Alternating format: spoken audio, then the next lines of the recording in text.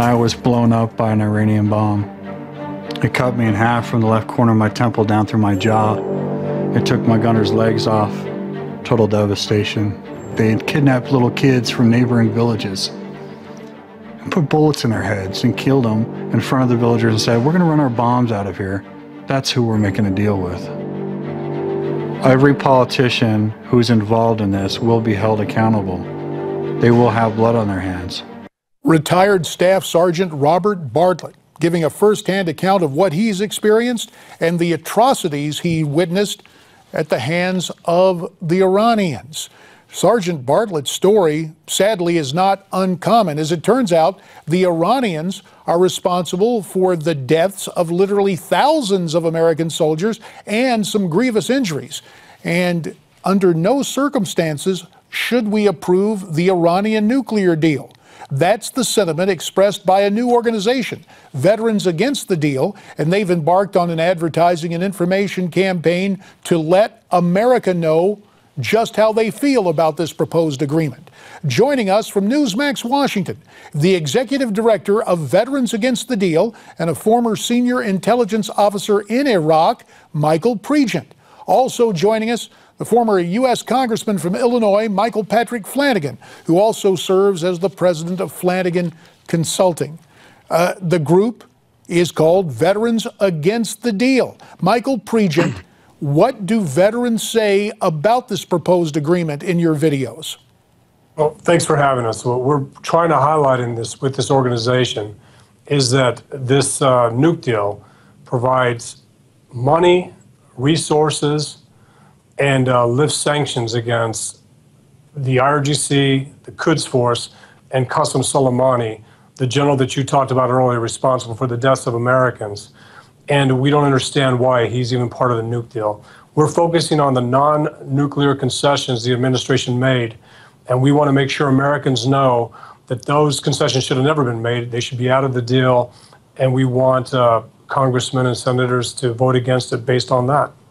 Michael Patrick Flanagan, you served in the Army during the first Gulf War. You went back to Iraq on behalf of the State Department following your service in the Congress. I'm interested, having had a foot in both worlds, if you will, Mike, do you believe this ad campaign will get enough members of Congress to reject the deal?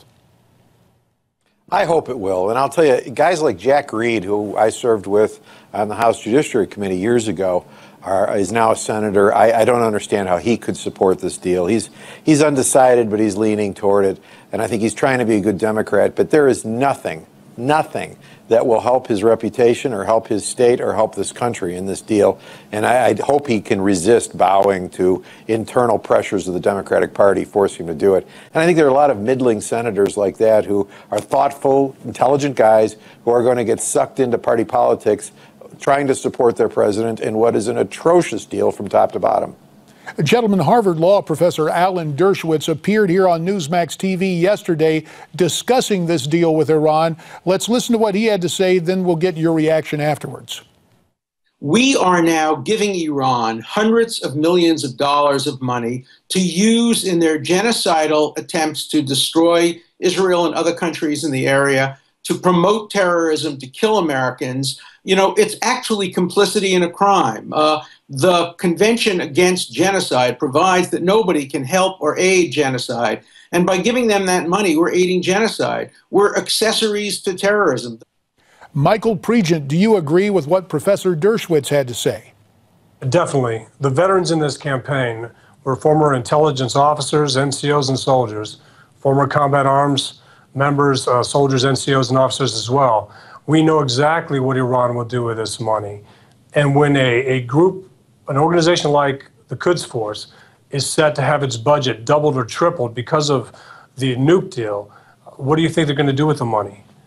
They're going to step up their campaigns in Baghdad, Damascus, Sana'a, and Beirut. They're going to start exporting their terrorism through their fractured state policy that the Quds Force is actually set up to do. Only a minute remains. Michael Pregent, what can Americans do? What would you suggest? Show up to the town halls, talk to your congressmen, talk to your representatives, make sure that they know that their were so many non-nuclear related concessions made in this deal that this is how weak this deal is. If you put one of these guys back on the sanctions list, Iran will walk away. So let's make Iran walk away. Let's get your congressman informed about who was actually released because of the concessions in this nuclear deal. And Michael Patrick Flanagan, I guess it was Ronald Reagan who said, those of us serve in Congress, when we feel the heat, we see the light. And you think the folks there on Capitol Hill could very well do that too, sir. 15 seconds. I absolutely think so. I think well thought of guys like Jack Reed, I'll mention again, of Rhode Island. Terrific guy, well thought of, smart guy with the military. He's sounding like he's going to support this. I think he's persuadable, and I think people should write him and let him know. All right, fair enough. Michael Pregent, Michael Flanagan, you have our thanks.